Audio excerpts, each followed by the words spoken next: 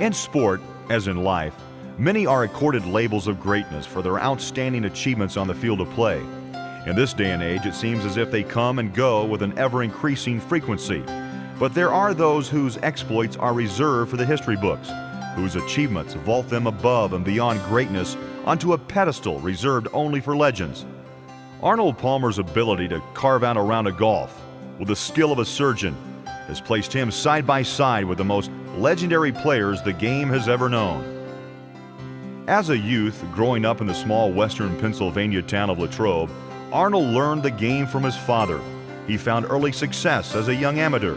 My first high school golf match, I was 13 years old, and I shot 71, which was 3 over par on a par 68 golf course, and I felt pretty good about that. It was fun for me. I had some success early, and that inspired me to work harder at the game. A defining moment in Arnold Palmer's life came at the age of 24, when he won the 1954 United States Golf Association Championship in Detroit, Michigan.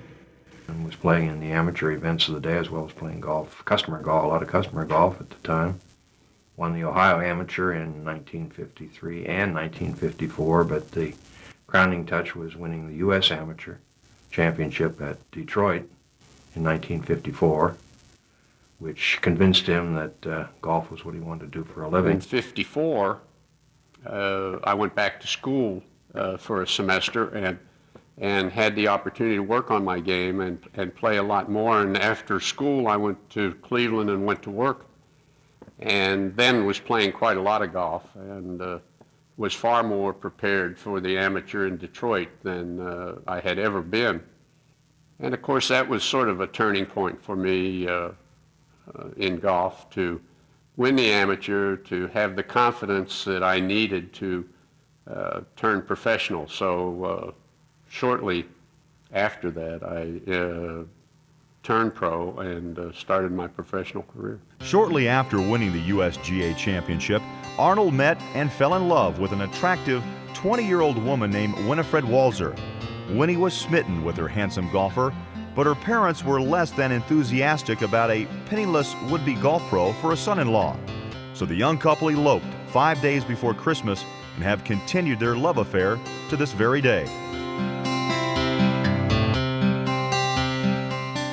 In the spring of 1958, Arnold paid a visit to Augusta and left with the first of his 4 Masters titles, which of course really launched the career, and I repeated again in 1960, and by that time Arnolds Army had come into being. Probably the 1958 Masters was the memorable event for me, for us, perhaps. I can't speak for the rest of them, my sisters, but that was probably it. That's when the public around us, the general public around us here, began to really take notice of his accomplishment. It was at Augusta that an army was born. Story behind it probably is the fact that at Augusta, the scoreboards were all manned by soldiers in those times from Fort Gordon, and they put up signs, "Go Arnie, go," on the scoreboards, on the sideboards. And so one of the writers, the sports editor of the Augusta paper, as a matter of fact, started talking about Arnolds Army, and it was picked up and it's been carried on ever since. It's the largest unofficial army in the world, I think. In the years that followed, Arnold proved that his faith in his abilities to play were well placed. As his list of wins grew, so did the size of the crowds who came to see him play. But it was more than just raw talent that recruited people into his army. When asked about the secret to his adoring fans, he quipped, "Maybe it's because I'm in the rough so much that I get to know all of them personally." Gary Player once said that if Arnold Palmer asked the gallery to go jump in the river, they'd do it. Whether that was true or not, his impact on golf as a spectator sport was undeniable. His charm, his wit, his humble beginnings, and his belief in honesty and hard work endeared him to those who played the game vicariously through him. When Arnie won, they were winners too.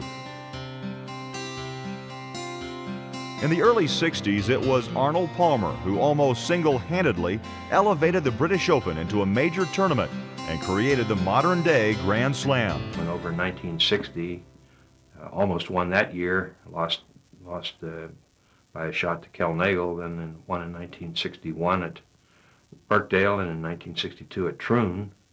And by then he was being followed over to that championship by most of the other leading tour players in America who had, up until that time, kind of forsaken the trip over.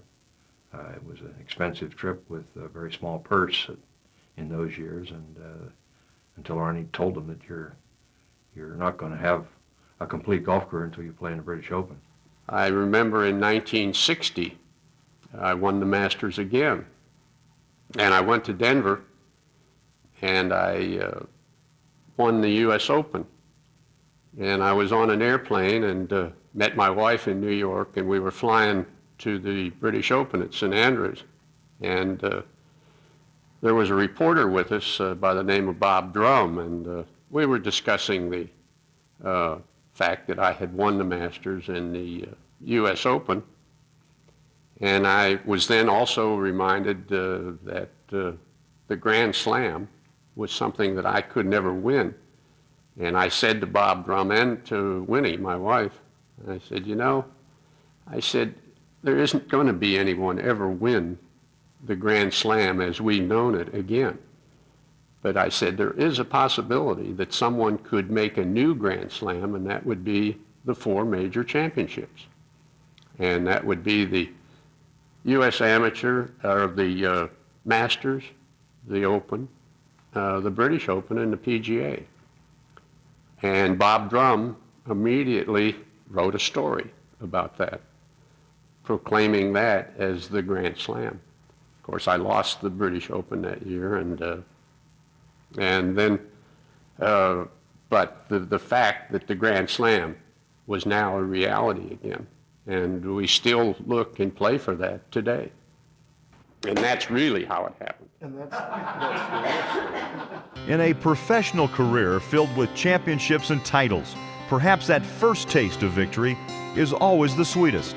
My first goals were, after I had won national amateur, was to win a golf tournament.